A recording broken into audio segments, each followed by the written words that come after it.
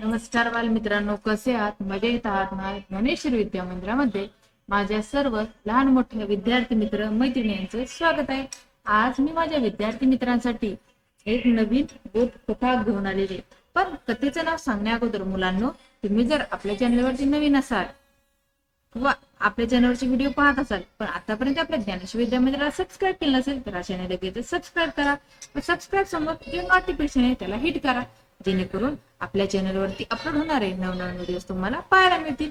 चला पाहूयात. आजच्या कथेचं नाव आहे ससा आणि चिमणा.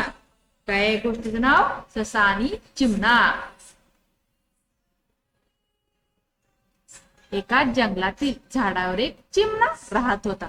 त्याला आपल्या सोबत्यांकडून कळले की बाजूच्या प्रदेशात उत्तम पीक आले आहे, त्यामुळे भरपूर खाणे मिळण्याच्या आशेने तो चिमणा इतर सोबत्यांबरोबर बाजूच्या प्रदेशात गेला.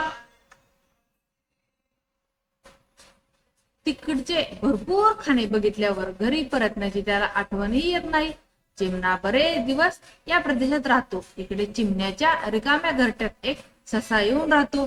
काही दिवसांनी धष्टपुष्ट झालेला चिमणा आपल्या घराच्या ओढीने परत येतो.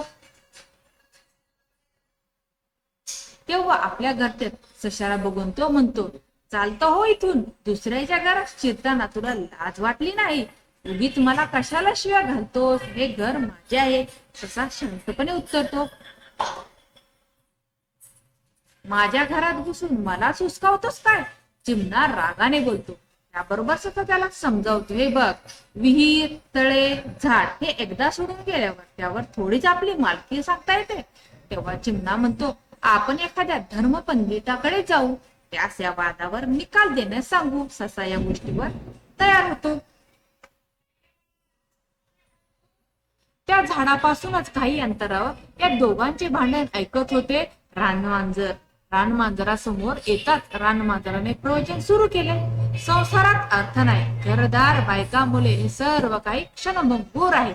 धर्मच माणसाचा आधार आहे. ससा त्या रानमांजराची प्रवचन ऐकून चिमण्यास सांगतो की हा कोणी धर्मपंडित दिसतोय, त्याला न्याय निवाडा करण्यास सांगूया. पण हा तर आपला जन्मजात वैरी आहे, म्हणून आपण लांबूनच ते करायला सांगू. चिमणा सशाला सांगतो. मग दोघे जण त्याला लांबूनच सांगतात, पंडितजी, आमच्या दोघात राहण्याच्या जागेवरून वाद निर्माण झाला आहे. आपल्या शास्त्रानुसार आम्हाला न्याय द्या. आमच्यापैकी जो खोटा ठरेल त्याला शिक्षा करा. त्या झाडापासूनच काही अंतरावर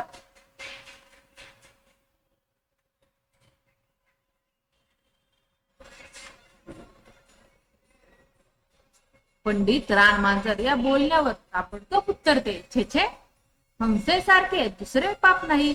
मी तुम्हाला न्याय देईन, पण खोटा ठरेल त्यास मी होऊ शकत नाही. हे पाप माझ्या हातून होणार नाही. मला हल्ली म्हातारपणामुळे नीट ऐकायला येत नाही. तुम्हाला जे काही सांगायचे असेल ते जवळ येऊन सांगा बघू. रानमांजराच्या या धूर्त बोलण्यावर चिमणा व ससा विश्वास ठेवतात आणि अगदी जवळ जाऊन बसतात. त्याबरोबर चिमण्याला पंजा मारून व सशाला दातांनी पकडून ते रानमांजर चट्टा मट्टा करते. तात्पर्य, शहाण्या माणसाने विश्वासघात आणि धूर्त माणसांच्या बोलण्यावर विश्वास ठेवू नये. बरोबर आहे ना?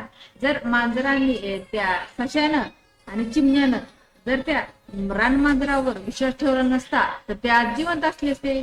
त्यांनी काय केलं? त्याच्यावर विश्वास ठेवला आणि त्यांचा स्वतःचा जीव गमवावा लागला.